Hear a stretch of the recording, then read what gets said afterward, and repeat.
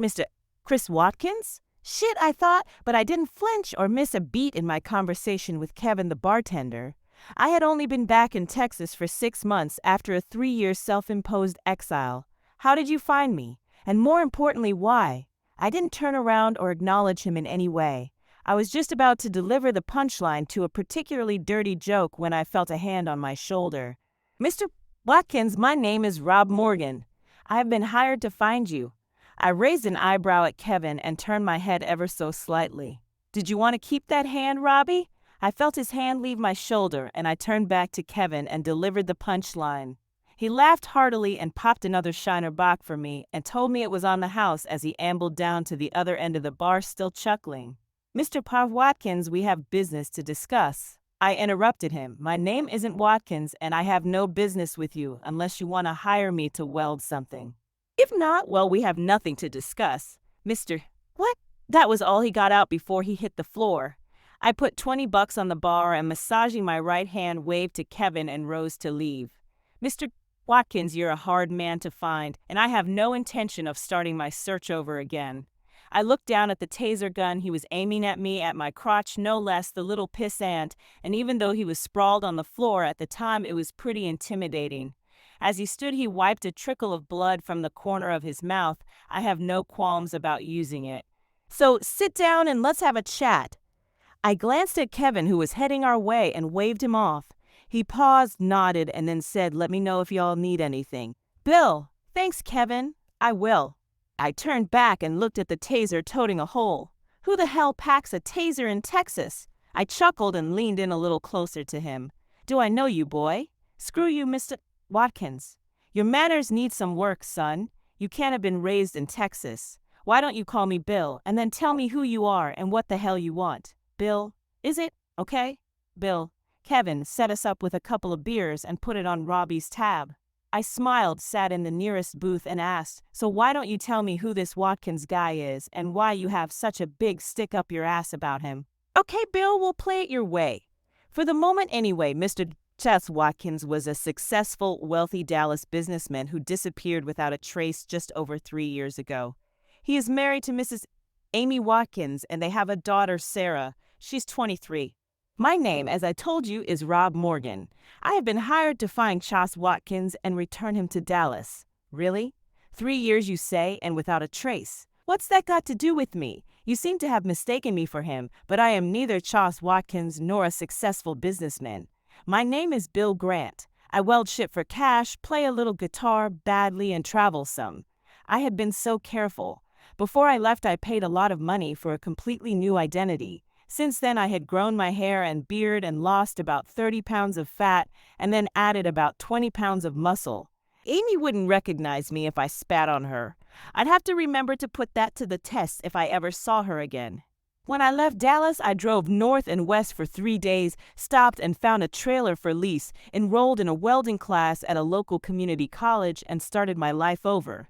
I left everything but cash in Dallas, a high-paying job, 2 homes, cars, credit cards, keys, cell phone, clothes, and a lying, cheating wife.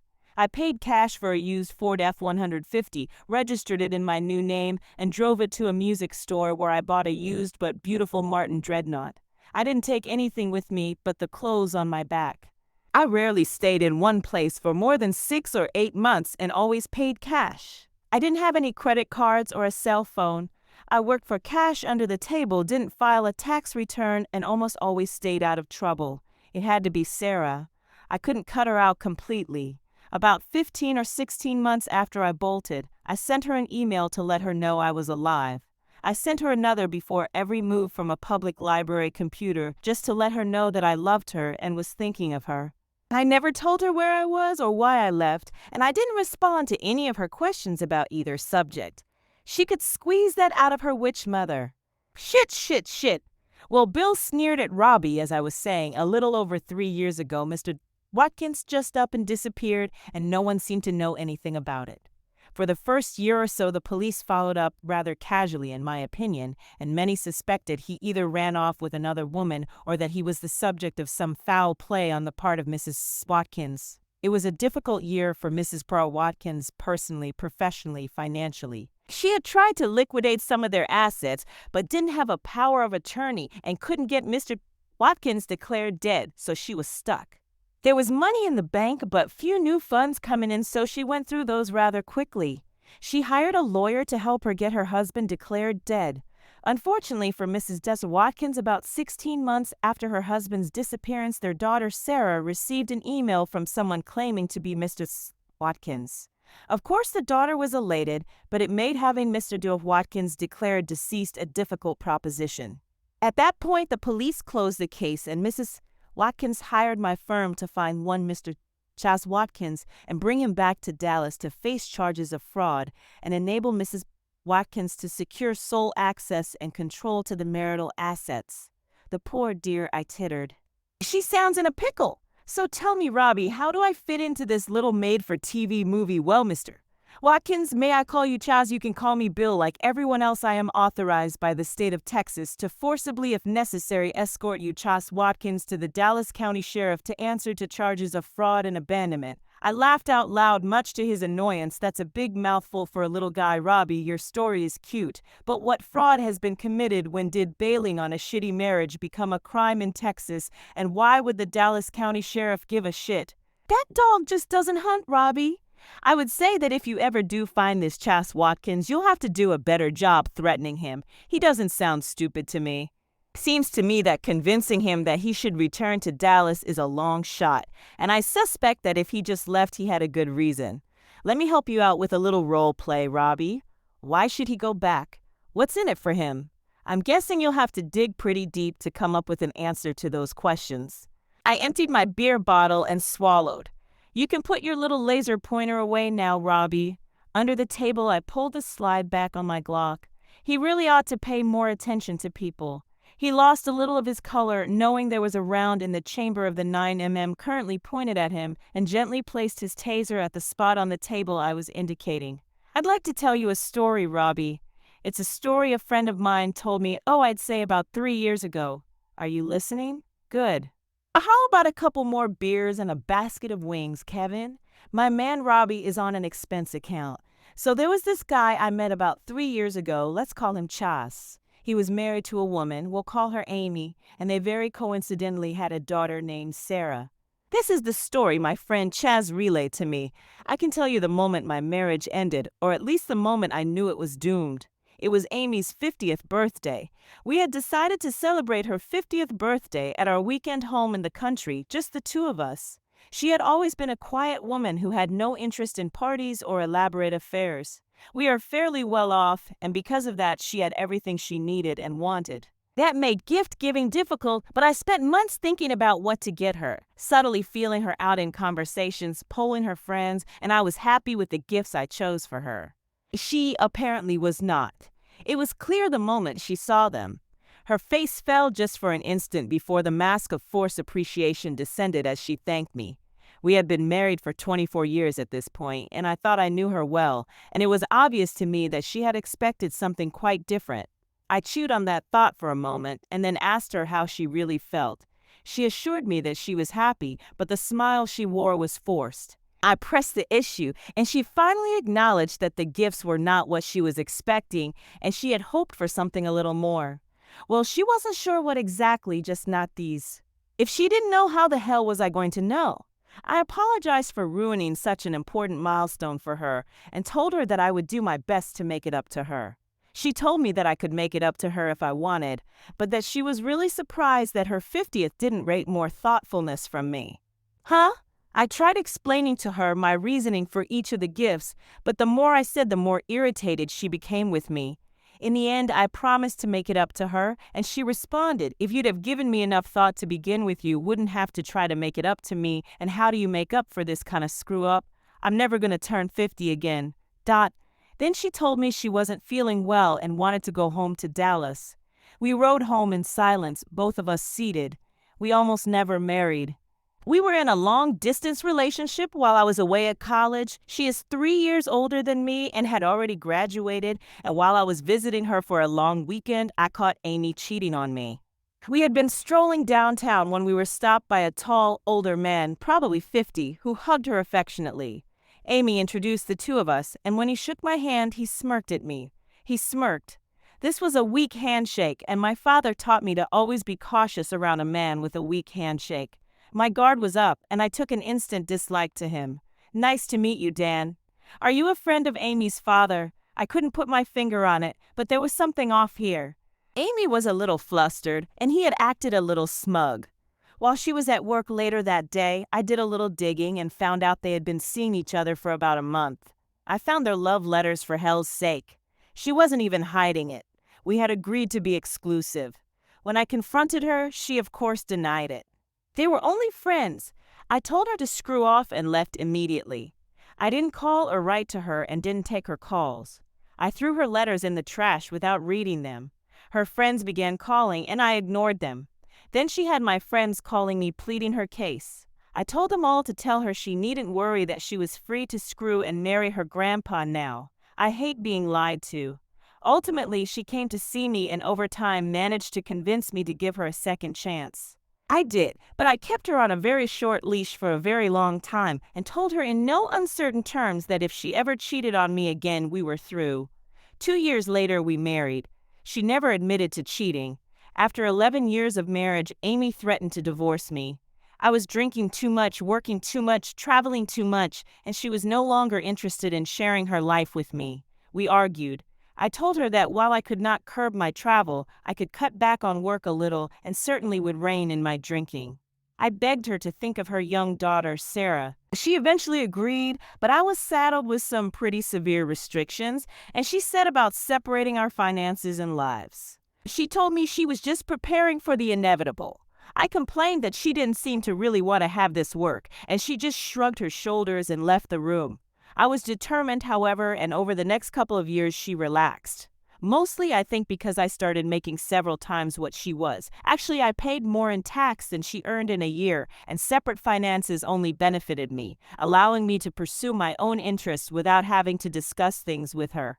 I bought a couple of motorcycles, a large sailboat, took flying lessons, and bought a Cessna. I wore designer suits and drove a late-model BMW. I bought our second home in the countryside, a 50-acre weekend retreat, without any financial assistance from her. I always contributed to the household first, paid for all of the family vacations, and still I was living a life she wanted a bigger piece of. So she relaxed.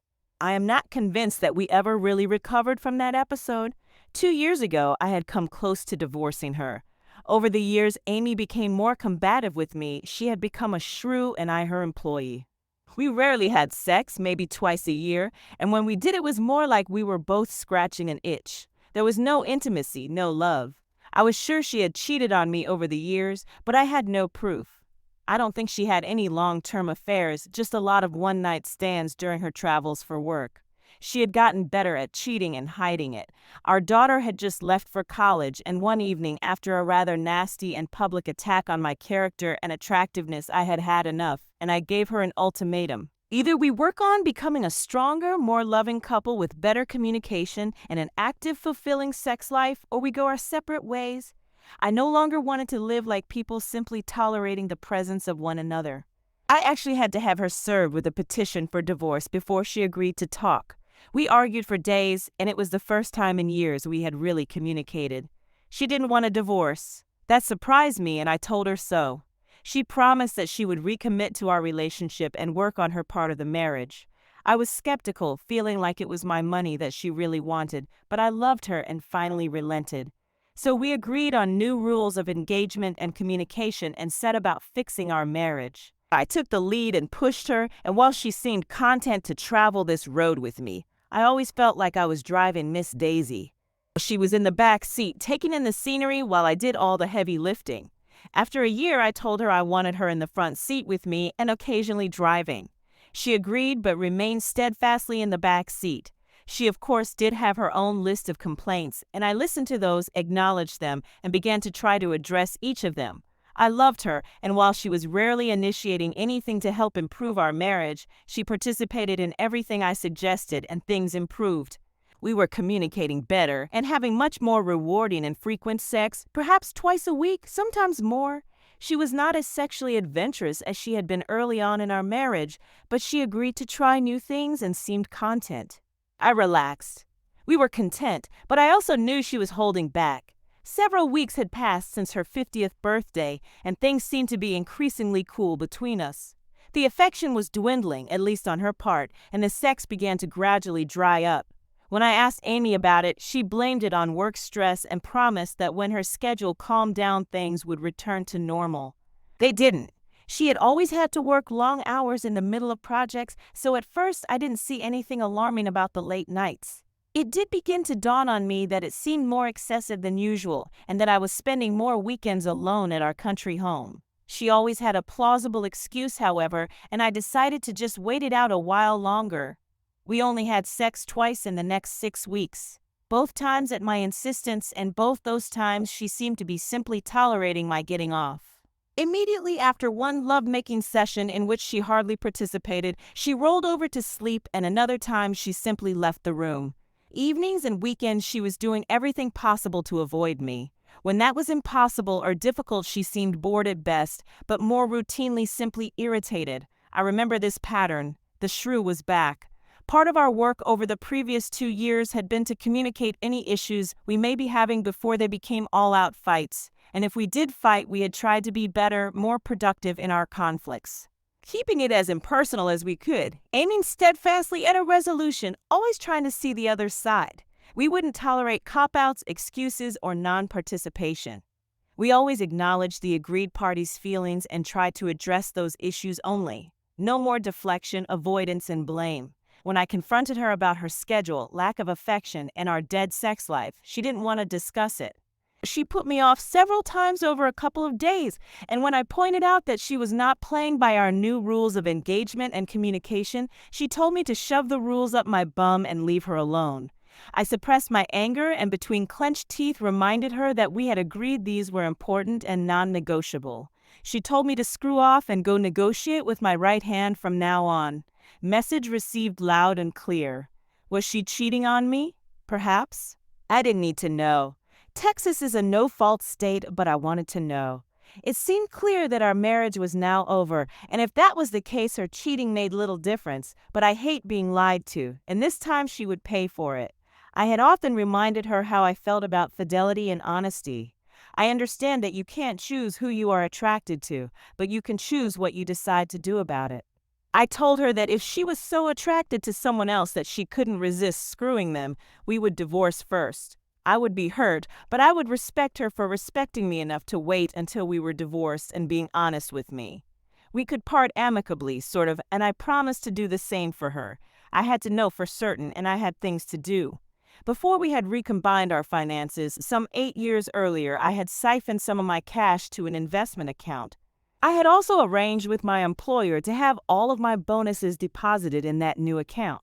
I never told my wife about this, mostly because she wanted to control our finances, and I thought I could do a better job investing than she could. It turned out I was right, and my investment portfolio was now very healthy. One of the benefits offered by my long-term employer was tax preparation and filing services, and that was the one area my wife and I never came back together on. At her insistence, 13 years ago, we had begun to file our taxes separately, and she saw no real benefit to changing that, so we didn't. I suspected she was hiding money and decided that allowed me to keep that investment account hidden from her. I had planned to surprise her with the money in our retirement, assuming we made it to retirement. In my mind, if she wasn't cheating and we divorced, I would happily split all of our assets. But if she was cheating, well, that was different. I had to figure out how to protect this money. She would not be rewarded for betrayal and dishonesty. I also had to figure out how to gain control of our joint accounts and sell our Dallas home. It was in my name only, but she loved it and tried to retain our country property. I loved that place. We had planned to retire there, and I didn't want to give it to her or have to sell it. Of course, if it looked like I couldn't save it for myself, I would force it to be sold before I would allow her to take it. I had paid for it, furnished it, and maintained it for 10 years now. She simply wasn't entitled to it as far as I was concerned. If I had to, I would give her the house in Dallas.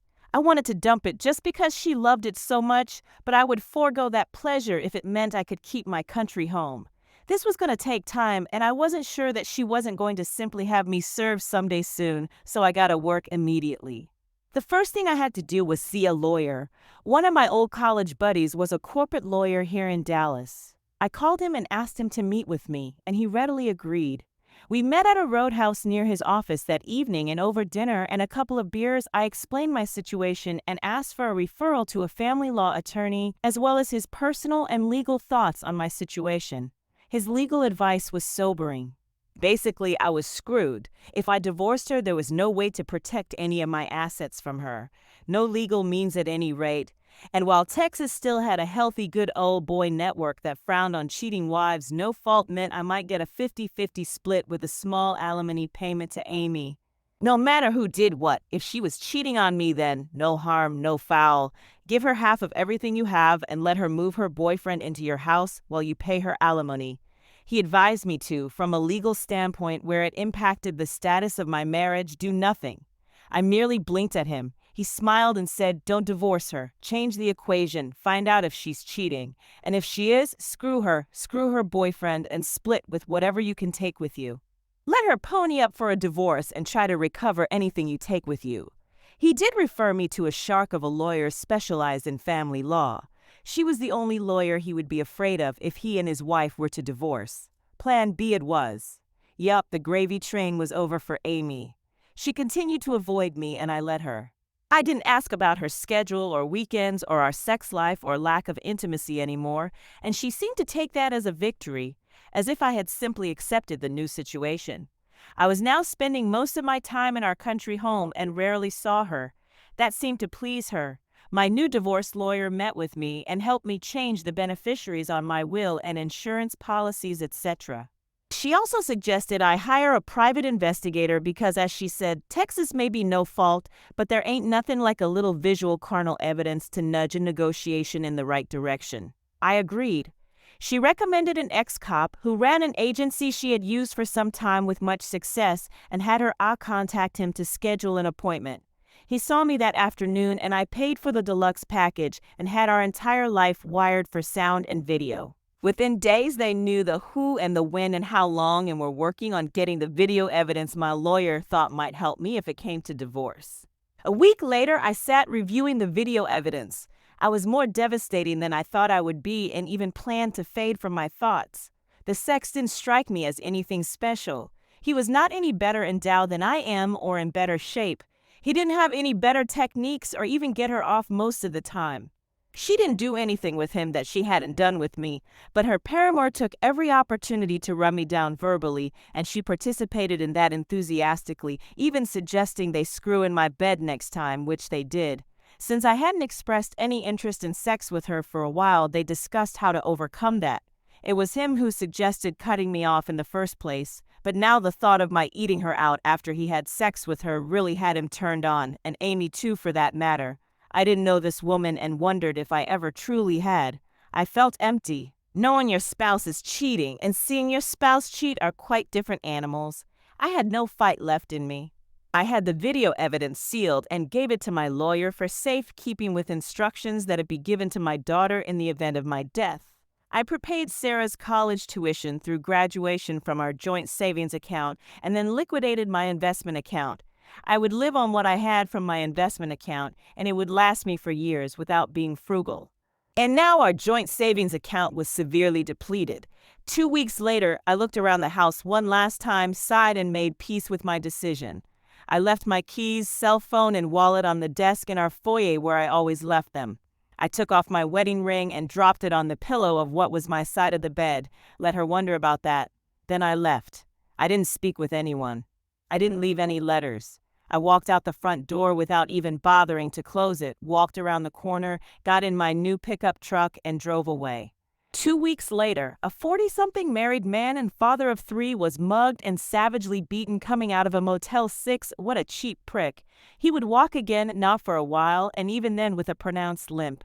A month after the mugging, his wife received a FedEx package with video showing her husband screwing a woman who looked to be in her early 50s. I understand that a year later they were divorced and he was broke. After I left, I drove aimlessly for 3 days. I didn't really have a plan. I ended up stopping in a small town for lunch one day and decided I'd stay for a while. I found a small community college offering classes in welding and enrolled. Why not? After 12 months, I managed to find work welding for an auto body shop. I only had a year of welding classes, so I couldn't get a real welding gig, but found lots of people willing to hire a guy for cash since it was a lot cheaper than a certified welder, and most welders weren't interested in the little jobs I was taking. I enjoyed my work there for another 4 months before deciding it was time to move on. Over the next 2 years, I drove around the country, stopping in small towns every now and then to get laid and weld something. I was enjoying myself for the first time in years. I hated my job in Dallas. The money was fantastic, and even though I was a natural and excelled at it, I found it difficult to get up every morning to face another day of it. I did it for my family. Amy expected it, and Sarah deserved it. Amy loved the money, and it meant that she could play the saint working for a not-for-profit being paid peanuts to help other people. In reality, the organization she worked for was mostly staffed by wives of rich businessmen who wanted something to do and to be seen doing it. All of their fundraising events were covered by the local who's who rag, and the dresses the staff wore cost more than most of their patrons earned in a year of hard work. It was pathetic, and most of the money raised went to fund the next charity event. Mostly they helped themselves feel better about themselves. Meanwhile, I busted my nut in a job I hated because I loved my family, and that was what was expected of me. When I left, I decided to only ever do things for myself from that point on. I had sex with more than a few women over those 3 years. I enjoyed myself and hoped honestly that they did as well, but I was in it for me. I was not going to settle down, and if they became too clingy or difficult, I simply cut them loose. I wanted to get laid, not find a friend or soulmate. I haven't looked back since and don't intend to. I don't know what became of Amy, the house, or the 50 acres in the country, and I don't care. She chose her path in life, and if she's happy with her decision, then I can live with that. I do secretly hope the witch is miserable and broke, but I won't go out of my way to make it happen. I would like to see my daughter again someday, but only if she can promise not to let Amy know. So far, she is having a difficult time making that promise. I keep hoping. As I understand it, Robbie, my friend, is happy now. He left a cheating 304 and a miserable job behind and doesn't give his wife a spit of thought. Why would he go back? So he can pay for her to screw him over and let her make him miserable again. That just doesn't make any sense to me. He's happy, healthy, and wealthy in all the areas that matter. His wife and his marriage to her made him miserable. When he finally woke up and gave up, he realized the only 2 good things that came out of it were his daughter and eventually his freedom. He realized finally that he was the only one in the marriage, really. His wife brought her whole and nothing else. Did you know he told me that after he left and sampled a few other women, he came to realize that even the whole she brought wasn't all that good. He knew in retrospect that she never, not once, brought her a game to the marriage. She played him for 24 years. That just doesn't sound like anything worth staying for or going back to. Hey Kev, how about a couple more beers here? He told me he felt his wife was a card-carrying narcissist, and so he figured the cruelest thing he could do to her is pay no attention to her. He didn't want her to see his pain so she could feed on it and feel like she mattered because of it. Indifference was the key that would kill her, but how could he be around her and be indifferent? He decided if he just left everything, he would be telling her not only was he indifferent about her, but about their entire life together. He figured it might take years, but she would eventually falter and fail, and then that he would win. Robbie's side nodded. You're an interesting character, Bill, and that's a good story. Where's your buddy these days? I shrugged my shoulders. Who the hell knows, Robbie getting laid and welding something somewhere. Definitely not working his bum off for an ungrateful, cheating 304. My bet is he's probably in Wisconsin.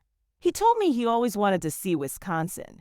Wherever he is, I'm sure he's as happy as a pig and shit and not looking to change anything. Say, why doesn't your friend Mrs. Watkins just file for divorce under abandonment?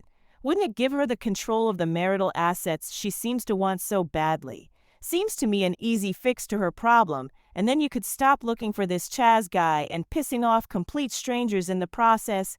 There are no longer any assets to gain control of, Bill. She tried to file under abandonment, but because she tried to have you declared dead first, by the time she got around to filing, she had lost the house, the country property, and her job. You don't say. What happened, and why are you still looking for this guy? Well, she ran out of money. She couldn't afford the properties on her salary, and because she couldn't sell them, both properties went into foreclosure. The house was bought by an older retired couple and the country estate by a company called Mega LLC. They are some kind of metal arts consulting company. Mrs. Burrow Watkins lost her job when it was discovered she was having an affair with a married employee. Wow, she sure does have a twitchy twit, don't she, Robbie? He nodded. Well, I sure am sorry I wasted your time, Bill, but I did almost enjoy meeting you. He fished $40 out of his wallet, threw it on the table, rose, and extended his hand to me. No hard feelings? None, I said, but you should be more careful who you upset in future. You're lucky I'm such a patient guy. He laughed as he turned to go. He took about 6 steps before stopping, and without turning, he asked Bill, "Yes. For what it's worth, Amy still loves him. She's sorry and had hoped to get him back. She is depressed, drinks too much, and is not doing well. Women like her don't really know what love is, Robbie. They love themselves and they love the things other people provide for them. They are users and are incapable of thinking of others. They are greedy and ugly and deserve any misery they bring on themselves through their abuse of others. If she was sorry, she wouldn't keep screwing other men. She is sorry only that she is not being provided for, that people might know the truth about her. She is sorry she got caught and that the money is dried up. If she were truly sorry, she might consider the feelings of her daughter and the fact that she is suffering without a relationship with her father. She might consider what she has put her husband through and leave him alone. She doesn't deserve him, but she won't acknowledge that. In her warped, sick little world, she is the center of the universe and reality. Responsibility, love, respect, and honesty only apply if they suit her purposes. He and his daughter deserve better, don't you think? He slowly turned to face me. Chaz. Yes, Bob. Wisconsin gets cold in the winter, but I do know that Sarah loves it there. Maybe Mega LLC should relocate their office to Racine. Thank you, Bob. They just might. They just might. Just to make it a bit clearer, Mega LLC was owned by Chaz. Soon enough, a few weeks later, Sarah met her father. As for Amy, she is still searching for her lost husband Chaz or his money, whichever she can find first.